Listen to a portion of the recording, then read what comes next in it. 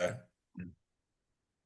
this is something like, Andrew kind of started off a year or two back where we kind of just periodically get people who we can have tell the story of, how they got into regeneration and what's been going on since then. It's like, kind of how it started and Yeah, how it's going, kind of framing.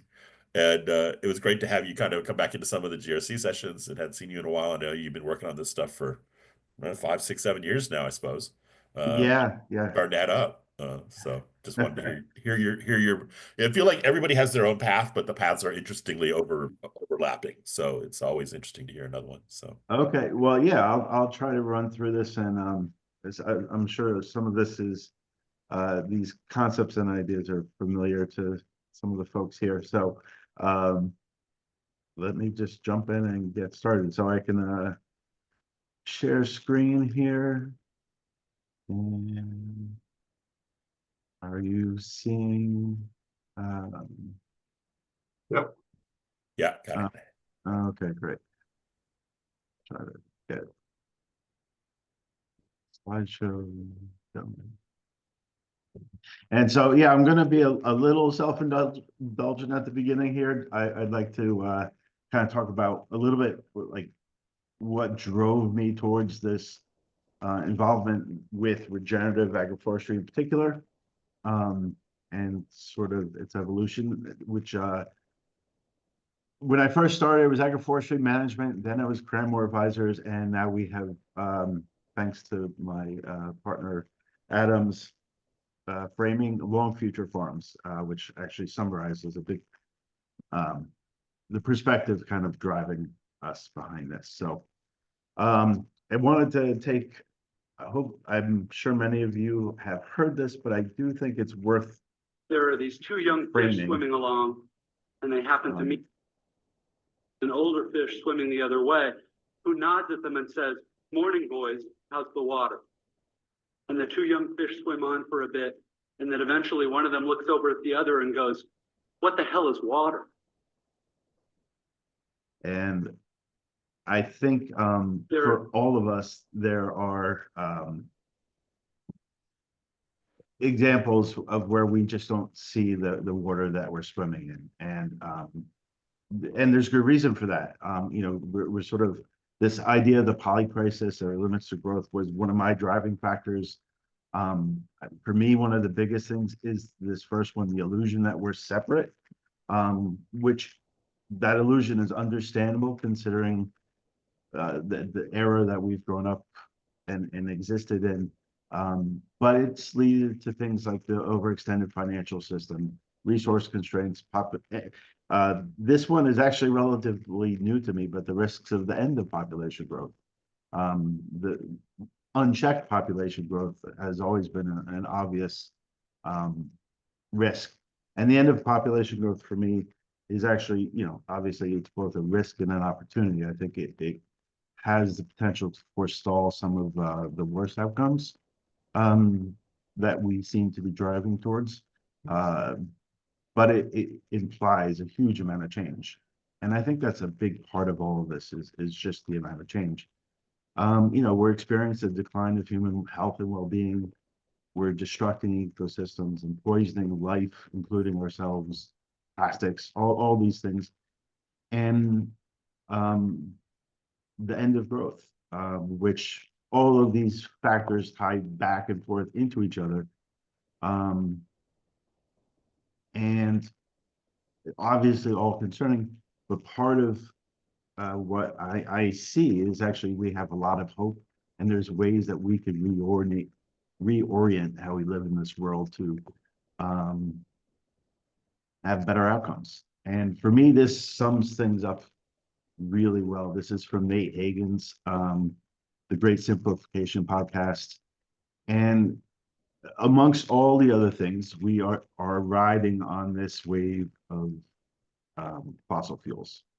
And uh, this has been generations where we've been living on this upslope, which has increased our capacity, helped us with so many innovations, and it's understandable with how we could feel apart from nature because with the capacity that these fossil fuels give us and our increasing knowledge as a result, we have been able to impose our will on the rest of life, and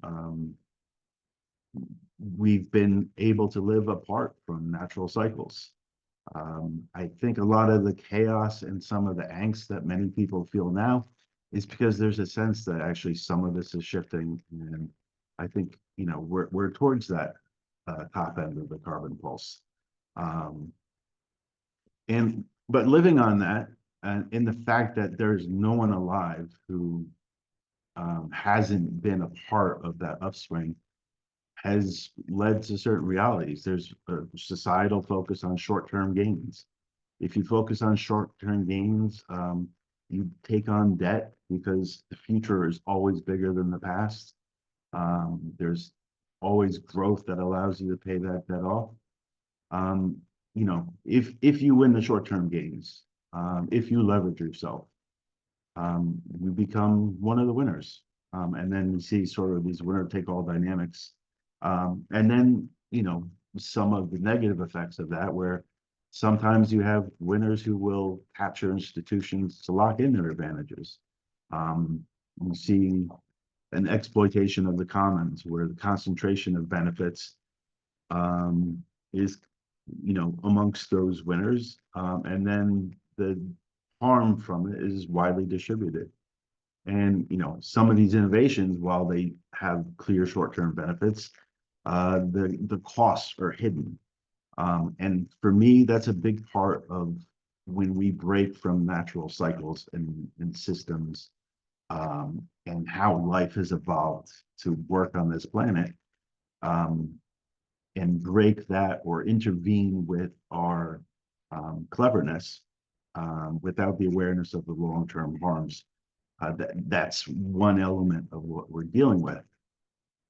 And agriculture, I think, is a great example of this concentration of benefits and distribution of farms. You can see back in early 1940s and before, gross farm income, which is the blue, and net farm income kind of rose and fell in tandem. But then as we pivoted towards a more input-heavy industrial agriculture, they started to diverge. And I would say, you know, back in the 1970s, where you can see that divergence really accelerate, to the point where the net farm income of agricultural producers, it bounces along the zero line. That's part of the capture of institutions, you know, chemical companies locking agricultural subsidies and so forth into place, those types of things. And for me, one of the great things is that we have an opportunity to flip that script. Like there's people out there that are doing it, that are showing it. We sort of, you know, we're not locked into these systems. We can actually turn and walk away. Now, jumping to another big inspiration for me getting into this is my concern about climate and other resource issues. And back in the early 1970s, there was a recognition that there was sort of a two-pronged or multi-pronged approach to climate. Obviously, the fossil fuels, the carbon that we're emitting, but also land use was a much more prominent part of that discussion back then. And water cycles. But one of the things with the water cycle is that it was carbon. So I love this because I'm sure many of you are familiar with the cop asking is, why are you on your knees looking for something? Is this where you lost your wallet? No, but this is where the light is. And in relation to that larger climate story, we could model carbon.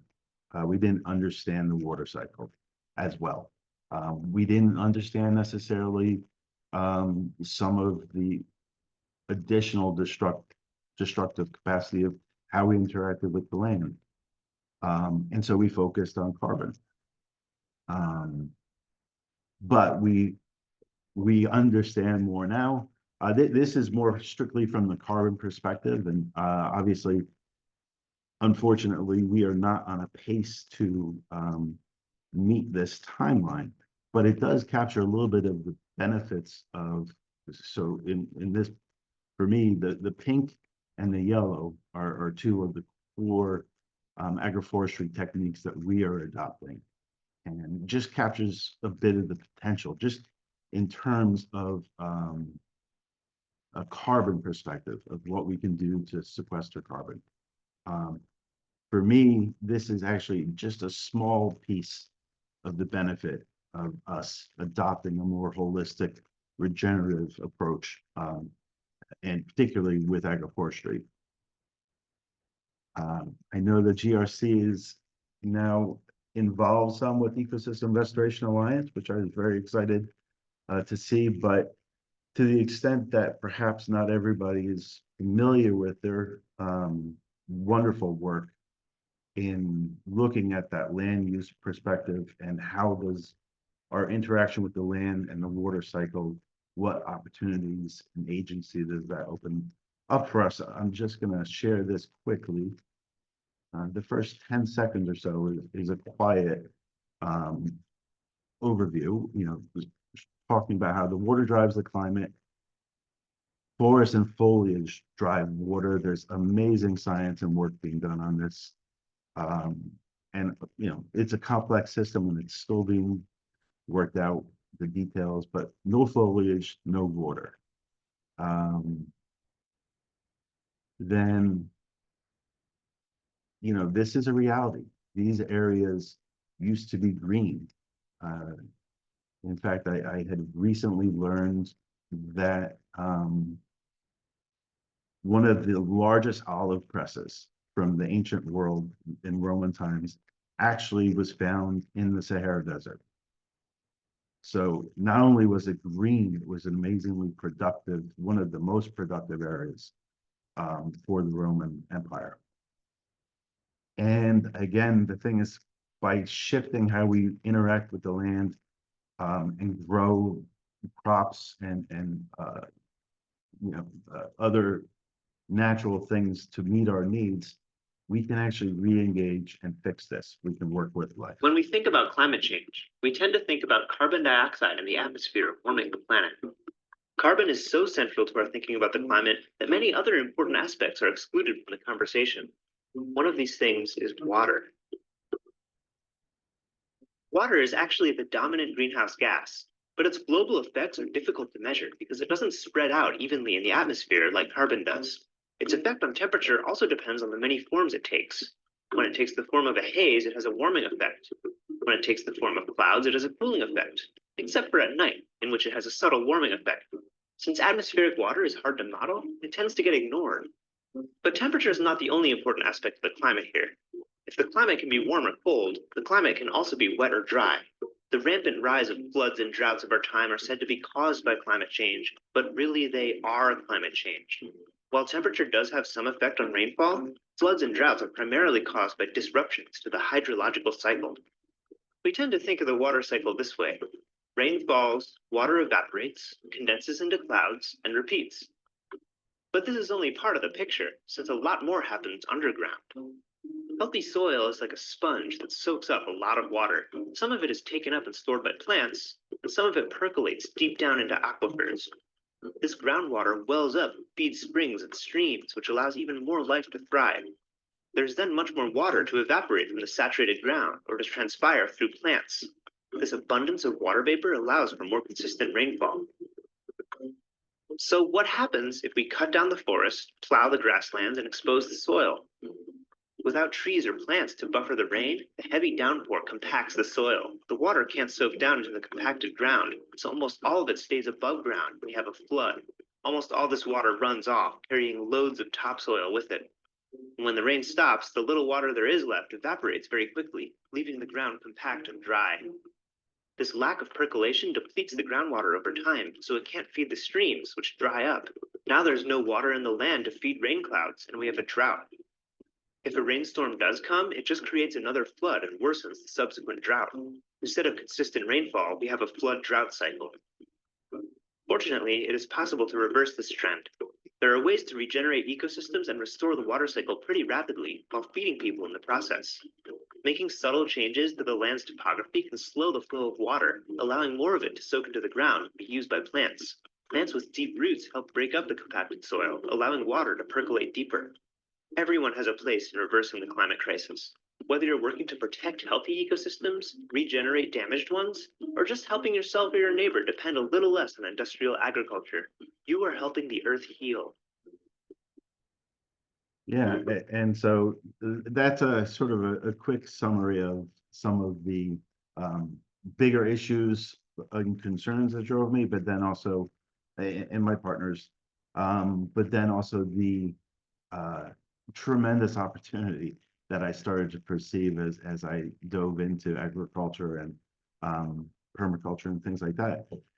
And I continue to stumble across things where nature astounds, and benefits and amazing intricacies of how natural systems and life has evolved to fill every niche, and you have benefits and that are shared between different elements of life. So I think we've only begun to scratch the surface and become aware of how much amazing capacity we have to re-engage with nature and quickly repair some of the harm we've done. So silvopasture is growing or grazing and raising livestock in systems with trees and shrubs, and planting that intentionally. And it's been widely recognized as a very high potential practice, not just for the environmental benefits, but also for economic benefits, because the livestock tend to be healthier. There's less need to care for them, and they tend to grow faster. They put on weight faster. So from a purely economical point of view, it makes sense. One of the things I come across recently was sort of how the whole concept of how life interacts with sunlight. And this was largely in relation to humans, like the benefits that we get from the entirety of the spectrum of sunlight, although we tend to focus strictly on the visible light because that suits our needs. But the red light, for example, and near infrared light are tremendously beneficial to mammals, including humans. And when you have a natural system, so for example, not only does this potentially explain why silvopasture is so beneficial, but perhaps why forest bathing is so beneficial for humans. The photosynthetic process of plants, they use a particular spectrum of sunlight to drive that process. And that's their entire focus. But what they don't necessarily use is as much of the red and near infrared spectrum of sunlight, which they re-radiate. And when you're looking at this picture, this is a near infrared photograph of essentially a park. And for humans or mammals, birds, that near infrared is tremendously beneficial for our systems. It drives so many of the processes in our body, and it acts like a tailwind. We can grow faster, we can function better, we have better health by interacting with natural systems that we are evolutionarily designed for it. And so, you know, I now believe that this is probably a big reason why silvopasture is so beneficial, why humans naturally gravitate towards savanna-like ecosystems. It's been identified as a preferred ecosystem when people are showed pictures of landscapes.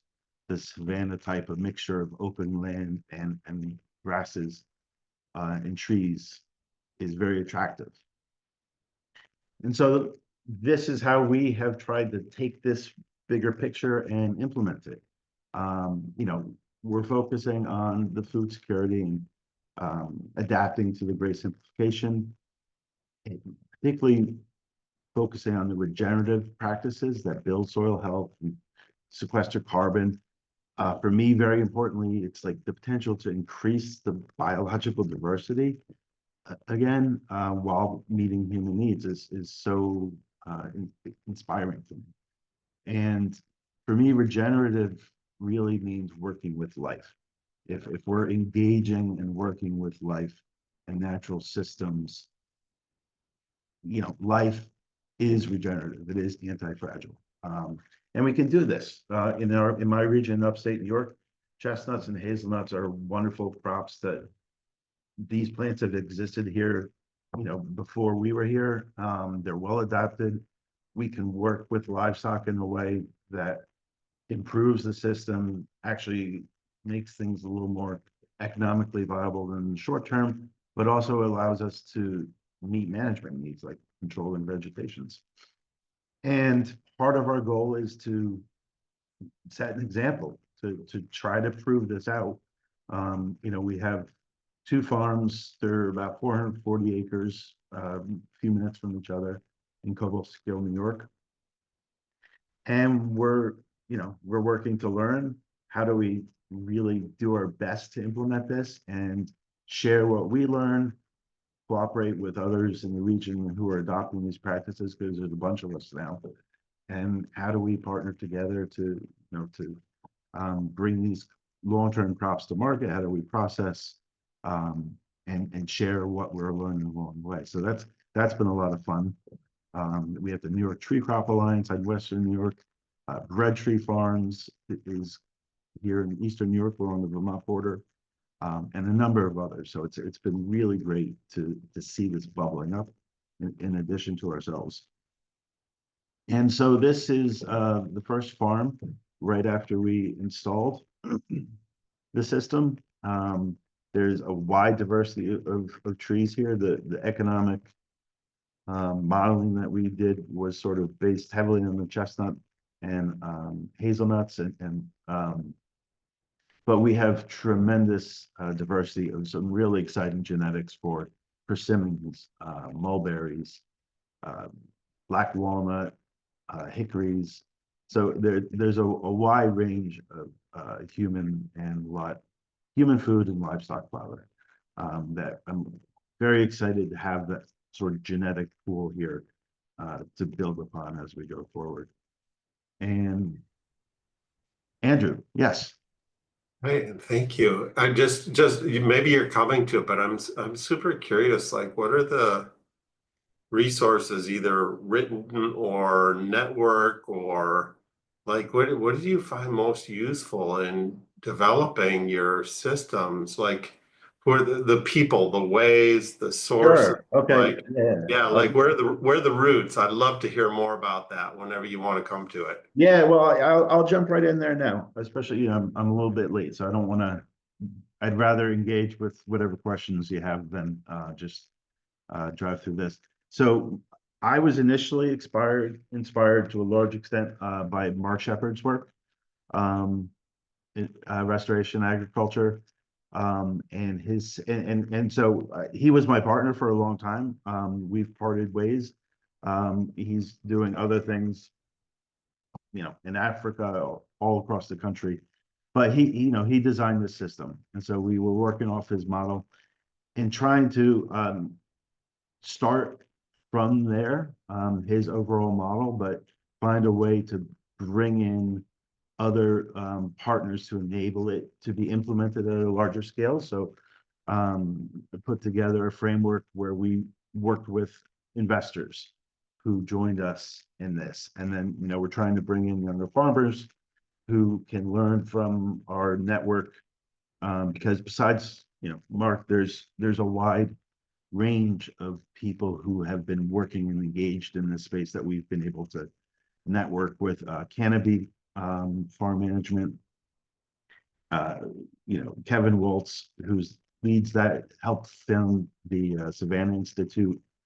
We've got different people here in New York State with tremendous knowledge, and so so bringing in people to work in these systems who are interested in regenerative agriculture, investors who were willing to come in and take a long-term perspective because they want to see this happen. We were able to do this particular farm is in an opportunity zone. So we were able to structure it to allow them to get some tax benefits for doing that, which I was very excited about to, and the nice thing about that program is it actually requires a 10-year time horizon for them to get the benefits. So it matches very nicely with for a system that's based on trees. And so, yes, so Mark's work, I think, was the inspiration for me. Elaine Ingham and her work on the soil food web and the capacity we have to actually, potentially use that perspective to inoculate soil life that's more appropriate for a tree system. So we're pulling from a number of threads. Those are two of the biggest. Yes, Nadine.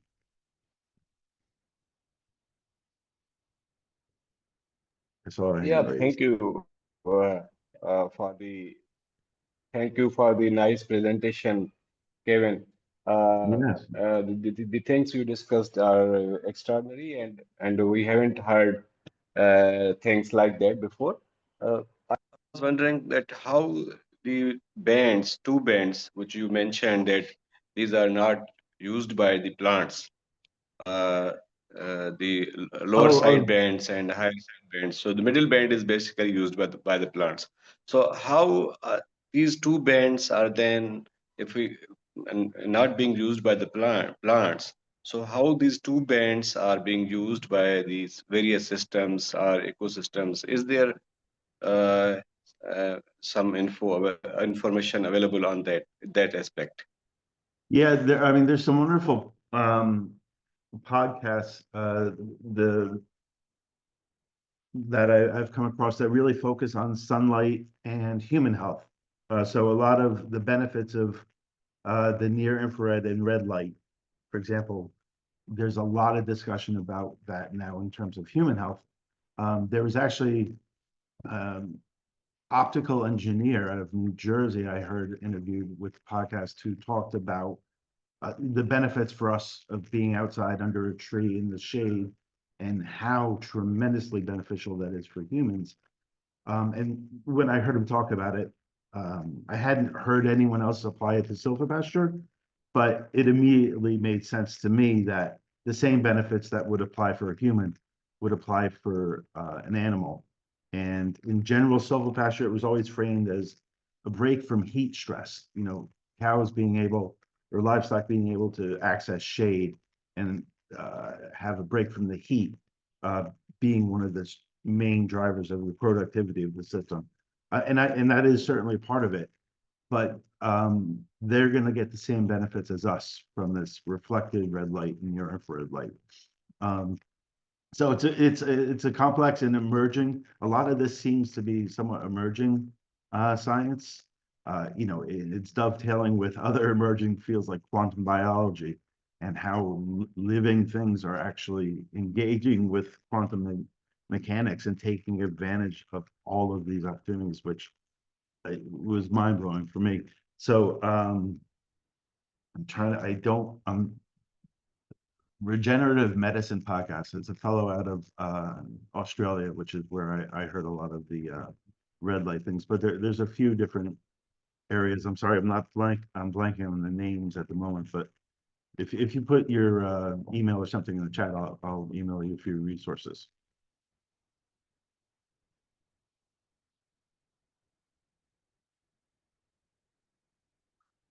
Is there any other questions I can answer? Or I mean, I was curious, Kevin, about the kind of a follow-up on Andrew's, I guess, but it's like I've been curious about the kind of the moment people see the regenerative thing, kind of. So you were doing finance before, right?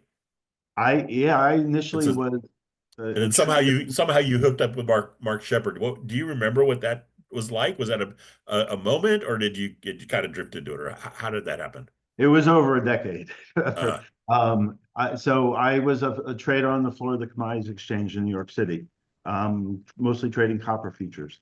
Um, when my daughter was born, she had a very rare food intolerance, somewhat similar to a food allergy, but very limited diet. And that threw me down the rabbit hole of um, where to source her food, agriculture. So I got involved with Genesis Farms, which is an ecological learning center run by Dominican nuns in New Jersey, and also had one of the earliest CSAs in the country. Amazing farmers. Um, Now her allergy was likely because she was given a very potent antibiotic in the first week of life, and it disrupted her gut. Um, and so that kind of so there was these two things, like her natural system had been impaired by this intrusion into it with the antibiotics. And then diving into how we sourced her food opened up this lens of organic and sustainable and regenerative agriculture for me. And as I was diving in, I had already been concerned about climate and resource issues. I started to see that how we grow our food, and how we interact with the soil and the natural systems had implications for human health as well as like the ecosystem health, and offered a real potential to engage in a way that actually could start to move the uh, picture to a more positive thing where we could actually address climate to some extent. We can address nutrient loss. We could address biodiversity. I mean, this is going to be an extraordinarily biodiverse system. That's part of our goal. As these trees grow up, there's going to be niches for insects and birds and mammals that will, fill out this system. And it's going to be capturing sunlight from the tops of the tallest trees, 80 plus feet, all the way down to the grass, and actually, with the fungi and so forth below the soil with the rest of life. So for me, that was a long period as I kind of got into that, kept following those threads. Then I decided I was going to kind of emulate Mark's model. There was a shift in my life where I decided that was going to be what I did next. That probably happened around 2016, and then I met him shortly after, and we started doing it. Yes, John, I see you. Sorry, I didn't mean to interrupt you by raising my hand. I was just curious when just looking at this image, like when do the livestock get introduced to this scheme? We have introduced them. So 2023, we started doing some pasture poultry, and Poultry. and so we're still leaning into the grass-fed beef. The poultry is on hold. That's one of those things. I think it's a wonderful product. There's more. I don't like that we need as many inputs still. Like we have to purchase feed in from off farm. Ruminants where we can have them convert the grasses and forbs and weeds into really nutrient dense food without those inputs is really appealing to me. How do you protect the seedling? I'm assuming those are grow tubes with trees. They're growth herbs. Yep. So how do you protect that from the cattle? With movable electric fence. Okay. So we actually run the wire right down pretty much along the tree tubes. Got you. So those alleys are kind of, we use those as sort of templates for how we move the animals through.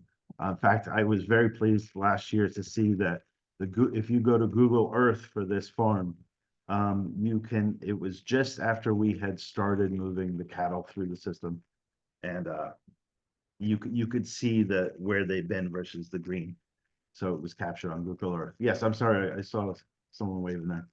I'm probably running towards the end of the hour here, aren't I? Yeah, Andrew had to step off, but Oh, okay. uh, Yeah, I can and stick around for a few more minutes if you can, Kevin. oh, Sorry absolutely, about yeah. the confusion. No, I'm so yeah, and it's a learning process in terms of how to work with a growing system.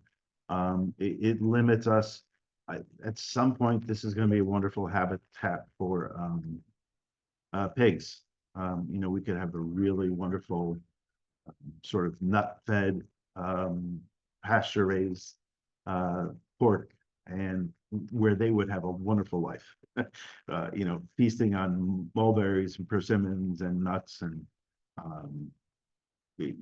I'm looking forward to that, but that's going to be a little bit down the road when the system's a little more mature, or perhaps we start on a small portion of a more forested area.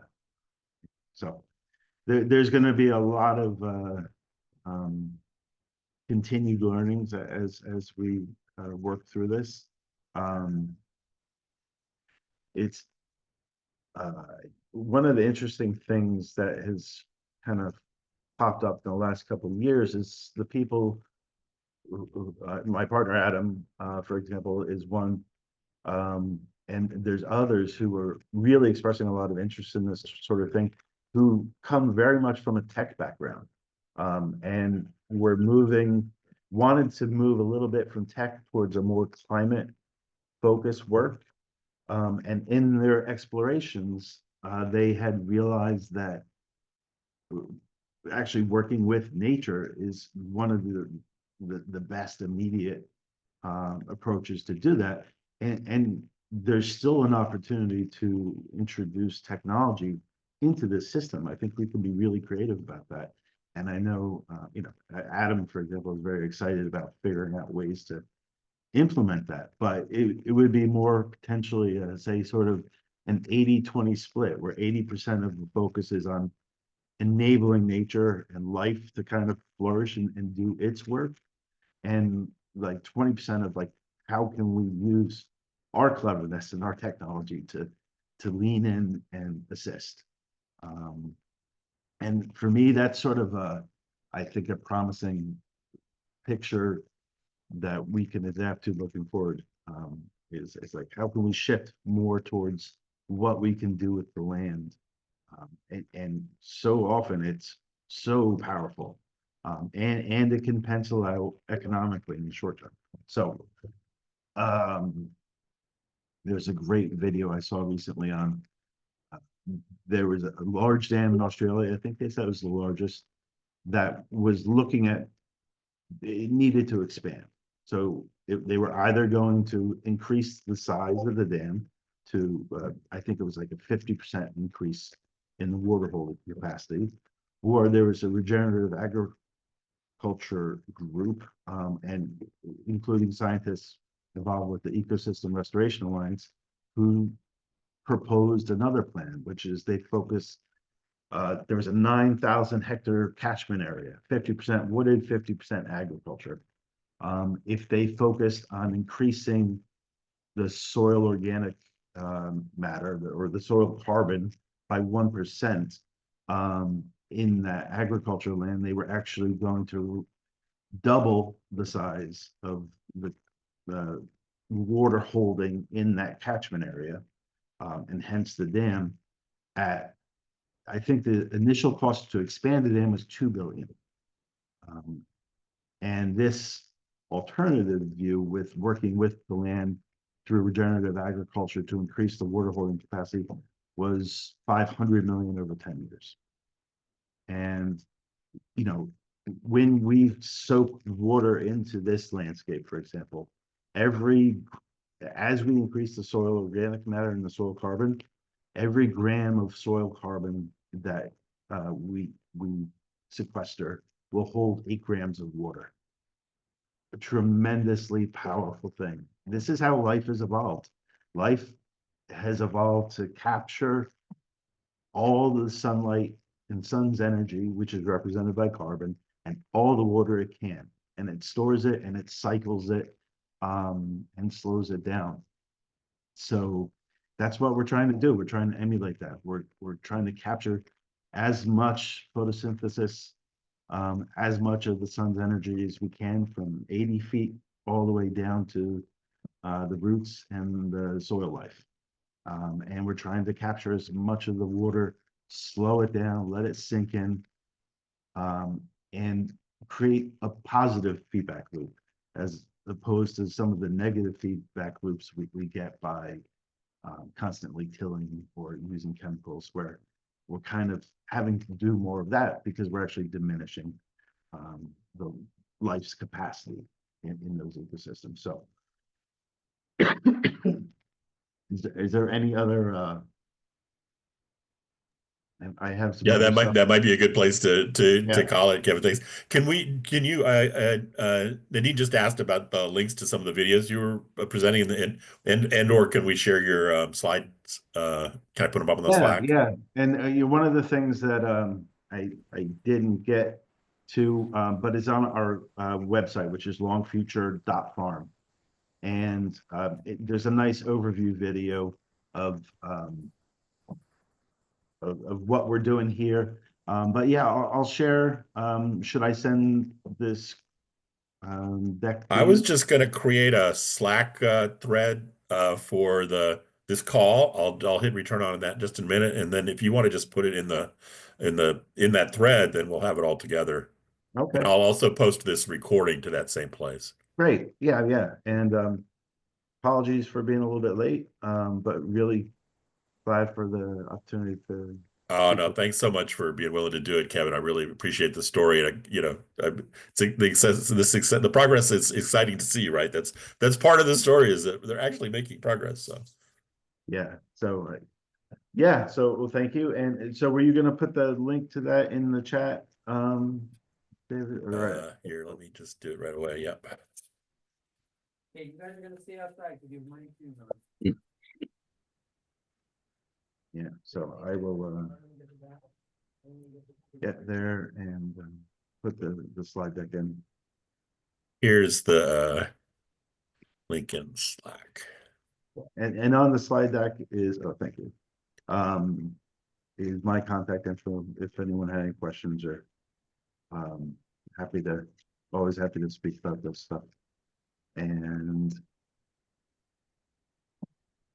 yeah, actually looks like there's some other stuff in the chat that I'd like to take a look at. Thanks, man. I really appreciate it. Yeah, thank you. Great to see everybody. Thank you. Bye.